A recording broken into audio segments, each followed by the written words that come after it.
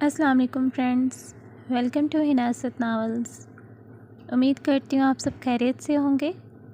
تو فرینڈس، جس نے ابھی تک میرے چینل کو سبسکرائب نہیں کیا اسے پلیز جلدی سے سبسکرائب کیجئے تاکہ آپ کو آنے والی نئی قسط کی نوٹیفیکیشن موصول ہو سکے۔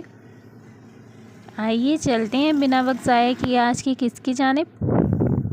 ناول جان من، قسط نمبر 11۔ سید غازان شاہ دن دناتا ہوا لمبے لمبے ڈگ بھرتا ہوا واپس حویلی میں داخل ہوا اور بنا کسی کی جانب دیکھے اندر کی طرف بڑھ رہا تھا کہ انائزہ جو لان میں کینوس کے سامنے گیلی گھاس پر ننگے پاؤں کھڑی تھی، اس نے اسے غصے میں دیکھا تو سرعت سے اس کے پیچھے لپکی۔ اسے پینٹنگ کا شوق تھا۔ وہ ہاتھ میں پینٹ برش اور پیلٹ میں رنگ برنگے آئل پینٹ بھرے پکڑے تھی۔ غازان، وہ اسے پیچھے سے پکارتی ہوئی بے خیالی میں کسی سے بری طرح ٹکرائی۔ زوردار تصادم ہونے کی وجہ سے وہ خود کو سنبھال نہیں پائی، لیکن سامنے موجود شخص نے اسے گرنے سے تو بچا لیا، اس سے پہلے کہ وہ سنبھل کر اپنے پیروں پر کھڑی ہوتی۔ ایک سرد مگر چبھتی ہوئی کرخت آواز اس کی سماعتوں سے ٹکرائی۔ محترمہ، لگتا ہے آپ کو ٹکرانے کا بہت شوق ہے، مگر ہر بار آپ کو ٹکرانے کے لیے میں ہی کیوں ملتا ہوں؟ انائزہ کو اس کا طنزیہ لہجہ تیر کی مانند چبھا۔ اس نے سر اٹھا کر حقارت بھری نظروں سے اسے دیکھا اور بغیر کچھ بولے نفرت آمیز انداز میں اس کا حصار توڑنا چاہا، لیکن مقابل کا شاید اتنی جلدی اسے آزاد کرنے کا ارادہ نہیں تھا۔ وحشی انسان، چھوڑو مجھے! انائزہ کو اپنے شانوں پر دھرے اس کے ہاتھ سخت تکلیف پہنچا رہے تھے۔ آپ مجھے یوں داغدار کیے اتنی آسانی سے نہیں جا سکتی۔ شاید آپ کو علم نہیں، مجھے داغوں سے سخت نفرت ہے۔ کہیں آپ کو مجھے اپنے رنگ میں رنگنے کا ارادہ تو نہیں؟ اگر ایسا ہے تو بہت بڑی بھول میں ہیں آپ، وہ برفیلی آواز مگر استہزائیہ لہجے میں بولا۔ انائزہ اس کی بات پر سلگ اٹھی۔ او جسٹ شٹ اپ! میں نے تمہیں دعوت نہیں دی تھی کہ مجھے گرنے سے بچاؤ۔ اپنی اوقات دیکھ کر بات کیا کرو مجھ سے۔ تم جیسوں کا سہارا لینے سے پہلے میں مرنا پسند کروں گی۔ ایک اور بات، اپنی خوش فہمیوں کا اپنے ہاتھوں قتل کر ڈالو کہ کبھی انائزہ شاہ تم جیسوں کو گھاس ڈالے۔ اس نے قہر زدہ آواز میں ہنکارا بھرا تھا۔ وہ غصے سے گھراتی ہوئی ایک بار پھر سے خود کو اس سے چھڑوانے کی کوشش کرنے لگی۔ آصف خان چند لمحوں کے لیے اپنی قید میں پھڑ پھڑاتی ہوئی اس نازک سی چڑیا کو جھٹپٹاتے ہوئے شعلہ بار نگاہوں سے دیکھتا رہا۔ اوکے محترمہ، آپ کی ہر بات سر آنکھوں پر۔ اس نے ایک جاندار جھٹکے سے اسے خود سے ایسے دور کیا کہ وہ دھان پان سی لڑکی اس مضبوط شخص کے جھٹکے کی وجہ سے اپنا توازن برقرار نہ رکھ سکی اور کمر کے بل زمین پر جا گری۔ اچانک پڑی اس افتادت پر وہ سنبھل نہ پائی۔ درد کی ایک شدید لہر اس کے وجود میں دوڑ گئی۔ اس نے خون خوار نظروں سے اس درندہ صفت انسان کو دیکھا اور سرعت سے اٹھ کر اس پر جھپٹی۔ جنگلی کمینے ذلیل انسان، تمہاری ہمت بھی کیسے ہوئی میری تذلیل کرنے کی؟ انائزہ پر تو اپنی ہتک کی وجہ سے جنون سوار ہو گیا تھا۔ اس نے اپنے ناخن آصف خان کے چہرے پر گاڑ دیے، جس کی تکلیف آصف خان نے بہت ضبط سے برداشت کی۔ انائزہ، پیچھے ہٹیں! چھوڑو اسے! پاگل ہو گئی ہو! سنبل بیگم کی گرجدار آواز گونجی تھی۔ اماں سائیں، آپ کو پتہ نہیں اس نے کیا کہا ہے مجھے! وہ نفرت آمیز انداز میں دھاڑی۔ انائزہ، معافی مانگو آصف خان سے! سنبل بیگم نے انائزہ کا رخ اپنی جانب موڑتے ہوئے رعبدار آواز میں حکم دیا۔ کیا؟ معافی؟ اور اس سے؟ میں معافی مانگوں؟ انائزہ، میں نے کہا معافی مانگو! سنبل بیگم نے اپنی بات پر زور دیتے درشتگی سے کہا۔ معافی مانگتی ہے میری جوتی! میں شاہوں میں سے ہوں، کوئی گری پڑی نہیں، اور یہ جنگلی! اس نے کڑے تیوروں سے آصف خان کو گھورا۔ یہ گنوار 2 ٹکے کا ملازم! چٹاخ! سنبل بیگم کے زوردار تھپڑ نے انائزہ کی کینچی کی طرح تیز چلتی ہوئی زبان کو بریکس لگوا دیے۔ جبکہ آصف خان قہر بار نظروں سے اسے چھٹانک بھر کی لڑکی کو گھور رہا تھا۔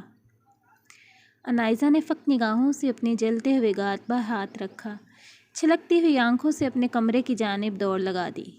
انائزہ، اپنے قدم واپس لو اور ابھی کے ابھی آصف خان سے معافی مانگو۔ سردار حاکم شاہ کی بے لچک اور سرد آواز نے اس کے قدم جکڑ لیے۔ آج وہ اس ملازم کے سامنے آسمان سے زمین کی پستیوں میں جا گری تھی۔ احساس ذلت سے اس کا وجود بری طرح کپکپانے لگا تھا۔ انائزہ شاہ! حاکم شاہ کی گرجدار آواز سن کر وہ یکدم اپنی جگہ سے ڈر کے مارے اچھلی تھی اور پس مزدگی سے قدم اٹھاتے ہوئے آصف خان کے سامنے آ گئی۔ آصف خان کی بھوری آنکھوں میں فاتحانہ چمک تھی اور چہرے پر بکھری نہ دکھائی دینے والی مسکراہٹ انائزہ کے تن بدن میں آگ لگا گئی تھی۔ وہ جیسے جلتے انگاروں پر لوٹنے لگی تھی۔ حاکم شاہ بھی اس کے پاس آ گئے تھے۔ اس نے غضبناک نگاہوں سے آصف خان کو دیکھا۔ سوری۔ اس کے لبوں سے نکلے الفاظ جیسے اسی کا ہی مذاق اڑا رہے تھے۔ کیسے وہ کچھ دیر پہلے اس کا مذاق بنا رہی تھی اور اب وہ خود مذاق بن کر رہ گئی تھی۔ کوئی بات نہیں بی بی جی، آپ ابھی بچی ہیں اور ناسمجھ بھی، اور بچوں سے غلطیاں ہو ہی جاتی ہیں۔ آصف خان سب کچھ اپنی مرضی سے کروانے کے بعد بڑے پن کا مظاہرہ کر کے ایک بار پھر سنبل بیگم اور حاکم شاہ کے سامنے اپنی اہمیت بڑھا گیا تھا، جبکہ انائزہ کو اس کے دوگلے پن اور دوہرے چہرے سے سخت نفرت محسوس ہو رہی تھی۔ انائزہ، آئندہ ایسے غلطی کبھی نہ ہو۔ سنبل بیگم، سمجھا دینا اسے، وہ کہتے ہوئے باہر کی جانب چل دیے۔ اس سے پہلے کہ وہ اپنے کمرے کی طرف جاتی، اچانک راستے میں موجود شیشے کی میز سے اس کا پاؤں ٹکرا گیا۔ انائزہ، میری بچی، کیا ہوا؟ سنبل بیگم نے آگے بڑھ کر درد سے دوہری ہوتی ہوئی انائزہ کے قریب آ کر تفکر بھرے انداز میں استفسار کیا۔ اماں سائیں! وہ درد سے آہ بھرتے ہوئے کراہ اٹھی۔ آصف بچے، جاؤ دیکھو کوئی مرہم لے کر آؤ۔ سنبل بیگم نے پاس کھڑے آصف خان سے کہا اور انائزہ کو سہارا دے کر اس کے کمرے کی طرف لے جانے لگی۔ ہائے اللہ! اماں سائیں کچھ کریں، بہت درد ہو رہا ہے۔ انائزہ، جیسے سنبل بیگم نے بہت لاڈ پیار سے پالا تھا، وہ یوں ہی چھوٹی چھوٹی باتوں پر رونے لگتی تھی جیسے وہ بھی مسلسل رو رہی تھی۔ سردار حاکم نے آپ کو حجرے میں بلا رہے ہیں۔ آصف نے کمرے میں آ کے دروازے پر کھڑے ہوئے سنبل بیگم کو اطلاع دی تو وہ سرس بات میں ہلاتے ہوئے باہر نکل گئیں۔ اماں سائیں جلدی کچھ کریں ورنہ آج یہ درد میری جان لے لے گا۔ وہ گھٹنوں میں سر دیے مسلسل زار و زار رونے میں مشغول تھی کہ اسے آصف خان کی آمد کی خبر ہی نہ ہوئی۔ اماں سائیں! سنبل بیگم کے کچھ نہ بولنے پر ان کی تلاش میں انائزہ نے سر اٹھایا تو اس کی نظر سامنے موجود آصف خان کی جانب اٹھی۔ اسے اپنے کمرے میں اپنے بالکل سامنے دیکھ کر اسے حیرت کا شدید جھٹکا لگا۔ اس کی آنکھیں آنکھ برسانے لگیں۔ تم ذلیل انسان، تمہاری ہمت بھی کیسے ہوئی میرے کمرے میں قدم بھی رکھنے کی؟ دفع ہو جاؤ میری نظروں کے سامنے سے۔ وہ اپنے شانوں پہ ڈھلکا ہوا دوپٹہ درست کرتے زہریلے لہجے میں پھنکاری تھی۔ اس سے پہلے کہ وہ اٹھتی، آصف خان نے اس کی کلائی سے کھینچ کر اسے واپس بستر پر پٹک دیا اور اس کے پاؤں کا جائزہ لینے لگا۔ ہے، اسٹاپ اٹ! خبردار جو مجھے چھوا بھی تو ہاتھ کٹوا دوں گی، وہ دھمکی آمیز انداز میں بولی۔ شش! مجھے اپنا کام کرنے دو۔ آصف خان گہری نظر اس پر ڈالتا سرد پن سے گویا ہوا۔ جب سے انہیں اپنے لاڈلے پوتے سید مزمل شاہ کی ابروڈ سے تعلیم مکمل کر کے واپس آنے کی خبر ملی تھی، ایسے لگ رہا تھا جیسے ان کے ضعیف وجود میں کسی نے نئی جان بھر دی ہو۔ وہ اپنے جوڑوں کے درد کو بھول چکی تھیں اور ہمہ وقت کھانسی جو ان پر سوار رہتی تھی وہ بھی کہیں اڑن چھو ہو گئی تھی۔ ارے بہو، سارا انتظام ٹھیک سے کروا لینا، کہیں کوئی کمی نہ رہ جائے، انہوں نے ساریہ بیگم کو مخاطب کیے یاد دلایا۔ اماں بھی سب کروا دیا ہے، آپ فکر مت کریں، آخر کو میرا بھی اکلوتا بیٹا ہے۔ مزمل کا کمرہ اچھی طرح چمکا دینا، تجھے تو پتہ ہی ہے اسے گندگی سے کتنی نفرت ہوتی ہے۔ معلوم ہے مجھے بھی، آپ یہ ہدایت کل سے مجھے کوئی 25ویں بار دے چکی ہیں۔ ساریہ بیگم کا ضبط یہیں تک تھا، وہ ذرا تیکھے لہجے میں بولی۔ آپ کو پتہ ہے اس کا کمرہ میں نے نئے سرے سے ڈیکوریٹ کروایا ہے، سب کچھ نیا بنوایا ہے، آپ فکر مت کریں۔ کروا لو جو بھی کروانا ہے، مگر بیوی وہی اس کی پرانی ہی آنے والی ہے اس کے کمرے میں۔ اللہ نہ کرے، بس بھی کریں اماں بھی، کیسی باتیں کر رہی ہیں آپ؟ دیکھنا اس منحوس کو تو میں کبھی واپس نہیں آنے دوں گی، بیٹھی رہے وہیں جہاں 4 سالوں سے بیٹھی ہے، میں تو اپنے بیٹے کے لیے من پسند بہو لاؤں گی۔ وہ اٹل انداز میں بولی۔ 1000 بار کہا ہے وہ بیوی ہے اس کی، مت بولا کر اسے برا بھلا۔ وہ ساریہ بیگم کے انداز و اطوار دیکھ کر جذباتی ہو گئی تھیں۔ کیسا کینہ و بغض چھپائے بیٹھی ہے تو اس بچی کے لیے اپنے دل میں، خبردار جو دوبارہ اس کے خلاف کوئی بات کی، ورنہ میں بھی ماں کی بجائے ساس بن جاؤں گی تیری۔ ان کا شاہانہ جلال اونٹ کر آیا تھا۔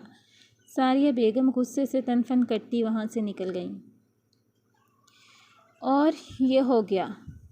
من اس کے گلے میں نفیس سا نیکلس پہنا کر دھیرے سے 2 قدم پیچھے ہوئی اور مسکرا کر اس کی طرف دیکھا۔ میں اچھی لگ رہی ہوں نا؟ امید نروس ہو کر کہا۔ بار بار من اور دعا دونوں سے یہی پوچھ رہی تھی۔ اس کا دل آج عجیب ہی طرح سے دھڑک رہا تھا۔ ہاں بابا، بہت خوبصورت اور بہت پیاری لگ رہی ہو، اب تم یہیں بیٹھ جاؤ، جیسے ہی مہمان آتے ہیں میں اور مناپی آ کر تمہیں لے جائیں گے۔ اپنی سب سے چھوٹی بہن دعا کی شرارت سے چھیڑنے پر اس نے دھیرے سے اسے دھپ رسید کی اور مسکراتے ہوئے دھڑکتے دل کے ساتھ کمرے میں بیٹھ گئی۔ ان دونوں کے جانے کے بعد وہ ابھی سکون سے بیٹھی ہی تھی کہ فون پر کال آنے لگی۔ اس نے کمرے میں ادھر ادھر نظریں دوڑائیں اور مطمئن ہو کر ویڈیو کال ریسیو کر لی۔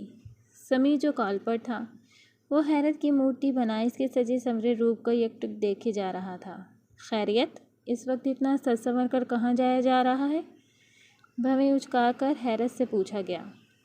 کہاں بھی تھا تمہیں میرے گھر رشتہ لے آؤ، مگر تمہاری مجبوریاں ختم نہیں ہو رہیں، اب میں کچھ نہیں کر سکتی۔ آپی اور اماں نے میرا رشتہ کہیں طے کر دیا ہے، آج وہی لوگ گھر آ رہے ہیں انگیجمنٹ کے لیے۔ امید نے تن ملا کر جواب دیا۔ تو مجھے بھول سکتی ہو؟ نہیں سمیع، اس کے سوال پوچھنے پر امید کے چہرے پر سنجیدگی چھا گئی۔ مگر کیا کروں، میں تو درمیان میں پھنس کر رہ گئی ہوں، نہ تم کچھ کرنے کو راضی ہو اور اپنی اماں کو کیا کہہ کر منع کروں؟ تم کوئی سرے تھماتے تو ہی بات کرتی نا۔ اس کی آنکھیں نم ہو گئی اور وہ آواز رننے لگی۔ او اچھا، اس کا مطلب تم نے اس رشتے کو قبول کر لیا؟ اس کے لہجے میں ناگواریت تھی۔ امید نے چونک کر اس کی طرف دیکھا اور کچھ کہنے کے لیے منہ کھولا ہی تھا کہ وہ بولا، امید میرے پاس آ جاؤ، میں تم سے نکاح کرنے کو تیار ہوں، اس نے اٹل انداز میں کہا۔ واقعی سمیع؟ کہیں تم اسے جھوٹ تو نہیں بول رہے نا، مجھے دھوکہ تو نہیں دے رہے؟ وہ گلوگیر لہجے میں بولی۔ تمہیں اپنی محبت پہ بھروسہ نہیں تو ٹھیک ہے، مت آؤ، سمیع نے چپتے ہوئے لہجے میں کہا۔ اگر محبت کرتی ہو تو ابھی کے ابھی ہوٹل میں پہنچو، میں اتنی دیر مولوی کا انتظام کرتا ہوں۔ امید نے جلدی سے کال کٹ کر دی اور ایک بڑی سی شال میں خود کو چھپاتے ہوئے کمرے سے ملحقہ کھڑکی سے آہستگی سے بنا آواز کیے باہر نکل گئی۔ یار، آج تیری واپسی کی خوشی میں ہم نے ایک زبردست قسم کی پارٹی ارینج کی ہے، چلنا، بہت مزہ آئے گا۔ وسیم نے کار ڈرائیو کرتے ہوئے مزمل شاہ سے کہا۔ سب دوست اسے ایئرپورٹ سے لے کر آ رہے تھے۔ سید مزمل شاہ نے حویلی میں کسی کو اپنی آمد کی اطلاع نہیں دی تھی۔ وہ 1 ہفتہ پہلے آ کر سب کو سرپرائز دینا چاہتا تھا، اور ویسے بھی وہ پہلے من سے ملنا چاہتا تھا اور اسے اپنے ساتھ لے کر واپس حویلی جانا چاہتا تھا، لیکن اپنے دوستوں کو اپنے آنے کی خبر دی تو وہ اسے لینے ایئرپورٹ پر پہنچ گئے اور اب وہ گاڑی میں اس کے ساتھ بیٹھے کوئی منصوبہ ترتیب دے رہے تھے۔ ایک بات سن، تو کس مزے کی بات کر رہا ہے؟ سید مزمل شاہ نے ڈرائیونگ سیٹ پر بیٹھے وسیم سے پوچھا۔ ارے تو ابروڈ گوریوں کے درمیان وقت گزار کر آیا ہے اور اب ہمارے سامنے انجان مت بن۔ میں اس مزے کی بات کر رہا ہوں جو کسی کے ساتھ ایک رات کے لیے ملتا ہے۔ خواصت سے کہتا وہ قہقہہ لگا کر ہنسا، جبکہ سید مزمل شاہ نے حیرت سے اسے دیکھا۔ ابے او، نائٹ کلب اور پارٹی تک تو ٹھیک تھا، اب یہ سب کب سے کرنے لگے تم سب؟ میں 1 وومن مین ہوں اور اپنی بیوی سے بہت محبت کرتا ہوں، مجھے ایسے مزے نہیں چاہیے۔ غصے سے بول کر سید مزمل شاہ واپس سیٹ پر ٹیک لگا گیا۔ تو کیسی باتیں کر رہا ہے؟ لگتا ہے شاہ جی زن مرید ہو گئے، بابی نے پلو سے باندھ لیا۔ چل مار یار۔ بھابھی کو کون بتائے گا؟ آج رات مل کر مزے کریں گے۔ یہ اپنا سمی ہے نا، اس کی گرل فرینڈ آ رہی ہے، بالکل ان ٹچ ہے سالی، مل کر مزہ کریں گے۔ اس کی بات سن کر سید مزمل شاہ کے چہرے پر ناگواری کے تاثرات ابھرے۔ بکواس نہ کر، کیسی واہیات بات کر رہا ہے تو؟ مزمل شاہ نے کڑے تیوروں سے گھورتے ہوئے سڈپن سے کہا تو اس نے اپنی سبکی محسوس ہوئی۔ تبھی تب کر وہ پیچھے دیکھتے ہوئے بولا، کب تک آ رہی ہے تیری بلبل؟ جب سے خاموش بابر نے اچانک سمی سے پوچھا، جس پر سمی تو خوشی سے اسے دیکھا پر مزمل اس کے ہنسنے پر اور چڑھا تھا۔ سمی، گرل فرینڈ رکھ، میں منع نہیں کر رہا، لیکن حد سے آگے مت بڑھ۔ کسی بھی لڑکی کے ساتھ یہ سب نہیں کر۔ بمشکل لہجے میں جھنجھلاہٹ چھپاتے ہوئے مزمل شاہ نے اسے سمجھانا چاہا۔ اچھا چل، آگے سے نہیں کریں گے، آج مل کر لاسٹ ٹائم اس نائٹ کو یادگار بنا لیتے ہیں۔ تجھے ہماری دوستی کی قسم، انکار مت کر۔ بابر نے بھی کمینگی سے کہا تو وسیم کے انابی لبوں پر طنزیہ مسکراہٹ پھیلی۔ مل کر دیکھتے ہیں یہ مزہ کیسا ہوتا ہے۔ میں سب میں تمہارا ساتھ نہیں دے پاؤں گا، سید مزمل شاہ نے قطعیت سے کہا۔ اچھا تو صرف ہمیں دیکھ کر انجوائے کرنا، سمی نے آنکھ ونک کیے خباثت زدہ آواز میں کہا۔ وہ لب بھیج کر رہ گیا۔ لڑکے والے گھر آ چکے تھے۔ دعا سب مہمانوں کو کولڈ ڈرنک سرو کر رہی تھی۔ من اسے کام میں مصروف دیکھ کر خود امید کو لینے کے لیے جیسے ہی اس کے کمرے میں آئی تو اسے خالی کمرہ اس کا منہ چڑھا رہا تھا۔ اس نے اس چھوٹے سے کمرے میں اچھی طرح دیکھا مگر اسے امید کہیں دکھائی نہیں دی۔ واش روم میں بھی دیکھا مگر وہ اسے کہیں دکھائی نہیں دی۔ من کو فکر و پریشانی کی وجہ سے دل ڈوبا جا رہا تھا۔ باہر مہمان جمع تھے اور ادھر لڑکی ہی غائب تھی۔ اس کے ہاتھ پاؤں پھولنے لگے۔ اس کی اماں کی کیا عزت رہ جائے گی سب کے سامنے۔ اس کی پیشانی پر پسینے کی ننھی منھی بوندیں ابھر آئیں۔ کہاں جا سکتی ہے امید اس وقت؟ اس نے کمرے میں لگی دیوار گیر گھڑی کی طرف دیکھ کر خود ہی سے کہا۔ رات کے 8 بج رہے تھے۔ اچانک اس کی نظر بستر پر پڑے موبائل کی طرف پڑی۔ اس نے سرعت سے آگے بڑھ کر موبائل فون پکڑ لیا۔ وہ امید کا ہی فون تھا جسے وہ جلدی جلدی میں وہیں بستر پر ہی بھول گئی تھی۔ من نے فون چیک کیا تو اس میں واٹس ایپ پر ایک لاسٹ کچھ منٹس پہلے ایک ویڈیو کال ریکارڈ تھا اور پھر اسی نمبر سے ایک میسیج آیا تھا جس میں ایک ایڈریس سینڈ کیا گیا تھا۔ ہو نہ ہو امید یہیں گئی ہوگی، اس نے اپنے تئیں اندازہ لگایا۔ لیکن کیوں؟ دماغ میں ان گنت سوالات کی بوچھاڑ شروع ہو گئی تھی مگر یہ وقت ضائع کرنے کے لیے نہیں تھا۔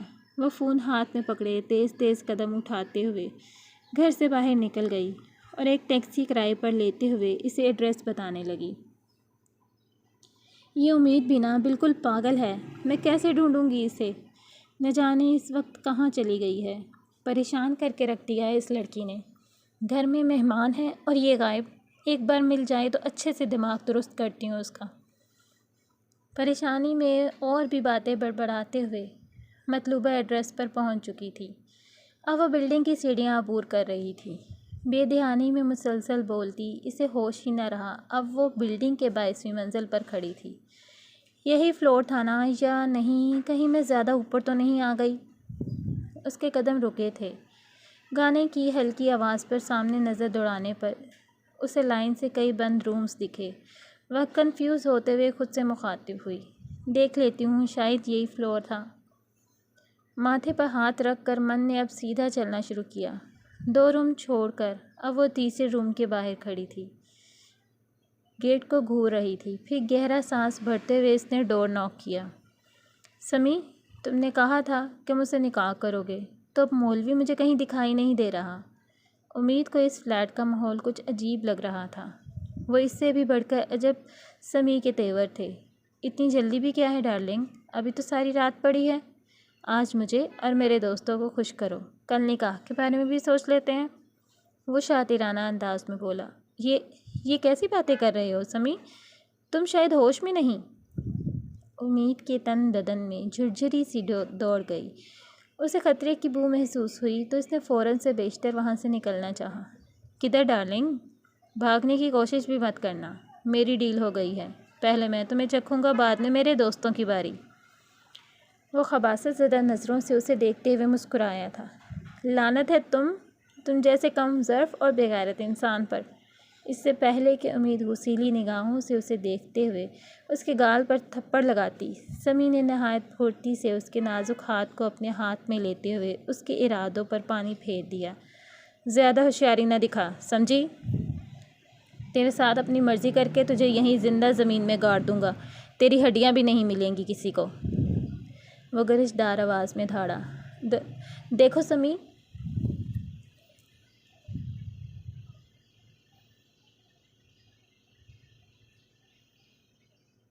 تم مجھ سے پیار کرتے تھے نا؟ تم نے مجھ سے نکاح کرنے کا وعدہ کیا تھا۔ تمہیں ہماری محبت کی قسم، مجھے جانے دو پلیز۔ اس نے جب دیکھا کہ بات حد سے بڑھ رہی ہے تو اس نے مصالحت امیز انداز اپناتے ملتجی لہجے میں کہا، محبت ہی تو کر رہا ہوں، کرنے دو نا۔ اندر کھڑا سمیع جو مسکراتے ہوئے امید کے اوپر جھکنے لگا تھا، دروازہ بجنے پر وہ اچانک چونک کر اٹھا۔ اس کی پیشانی پر شکنوں کا جال بچھا اس ڈسٹربنس پر۔ کچھ دیر بعد دروازہ کھلنے پر من کو جو دکھا، بے ساختہ اس کا منہ حیرت سے کھلا رہ گیا۔ سامنے ہی اس کی چھوٹی بہن امید سوالیہ نظروں سمیت کھڑی تھی، جبکہ سمیع دروازہ کھولے تن کر کھڑا تھا۔ یہ کسے اپنے پیچھے لائی ہو؟ سمیع نے بیزاریت سے کہتے ہوئے اس نے تھوڑا سا آگے ہو کر دیکھنا چاہا، پر سامنے کھڑی من کو دیکھ اس کی آنکھوں میں ایک بار پھر ناگواریت چھائی۔ چلو امید یہاں سے، من نے غصیلے تیور سے اسے دیکھتے ہوئے بلند آواز میں کہا۔ تو کون ہوتی ہے اسے یہاں سے لے کر جانے والی؟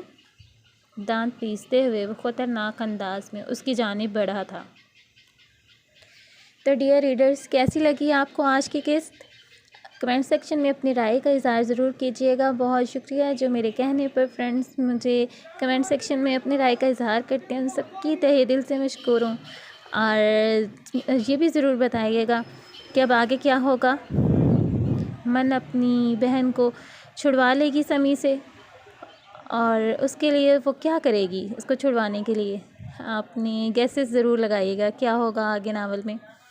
بہت شکریہ فرینڈز ہر چیز کے لیے، اور اپنی دعاؤں میں یاد رکھیے گا۔ انشاءاللہ جلدی ہی ملتے ہیں نیکسٹ کیس کے ساتھ۔ اللہ حافظ۔